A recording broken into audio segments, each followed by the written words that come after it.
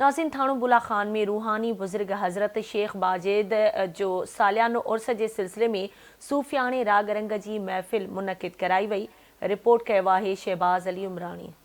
थाणे बुलाखान में रूहानी बुजुर्ग हज़रत शेख बाजिद रहमतुल्लाह अलैह जे सालियाने उर्स मुबारक ऐं जश्न विलादत हज़रत अली अलैहिस्सलाम जे सिलसिले में मुज़म्मिल मेमण तरफ़ां दरगाह शेख बाजिद जे अंगण ते सूफियाने राग रंग जी शानदार महफ़िल मुनक़िद कराई वई, जंहिंमें सैयद मोजली शाह सनाई, सैयद गुलाम शाह काज़मी ऐं ॿियनि ख़ुसूसी महिमान जी हैसियत सां शिरकत कई।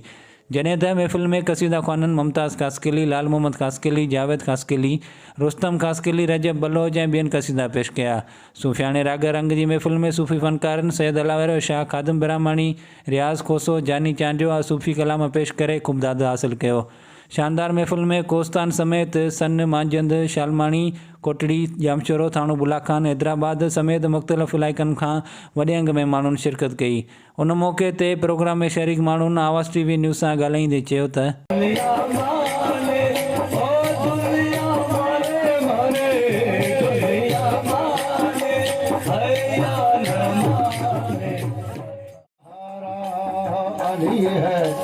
कसम है खुदा दी, वो कसम है खुदा दी, हलारा अली है असा मोमिना दा सहारा अली है। मौला कायनात अली अलैहिस्सलाम जे विलाद जे मौक़े ते हिते शेख बाजिद त प्रोग्राम रखियो वेंदो आहे ऐं हुन सां गॾु शेख बाजिद जो उर्स बि आहे। मौला जी ख़ुशी है, ये मलंग फुकरा सब कंदा ऐं किथां किथां खां माण्हू अचनि था, ॾाढी ख़ुशी थिए थी। थाणे बुला खान में शेख बाजिद रहमतुल्लाह अलैह जो जेको सालियानो उर्स में मल्हायो वेंदो आहे, मौला अली जी विलादत जो ॾींहुं मल्हायो वेंदो आहे। ऐं हिते सिर्फ़ु थाणो बुला खान, थाणो अहमद खान, कोस्तान बल्कि पूरी सिंध मां सूफ़ी फ़क़ीर ईंदा आहिनि, अची पंहिंजे अक़ीदत जो इज़हार कंदा आहिनि।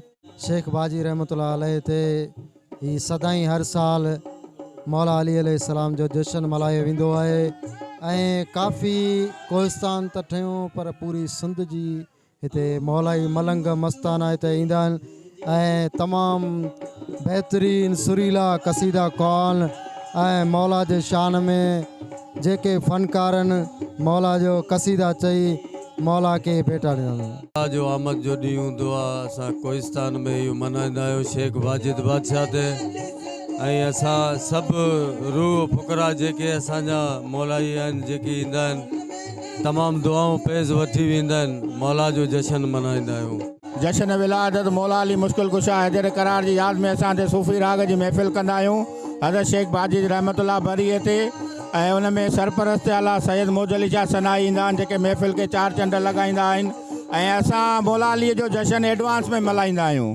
ऐं हिते कई फ़क़र फुकरा सॼी सिंध मां आया आहिनि, जिन्हनि जा असीं थोरा हितां आहियूं जो असांजे सॾ ते हलिया आया मौला जी जान में।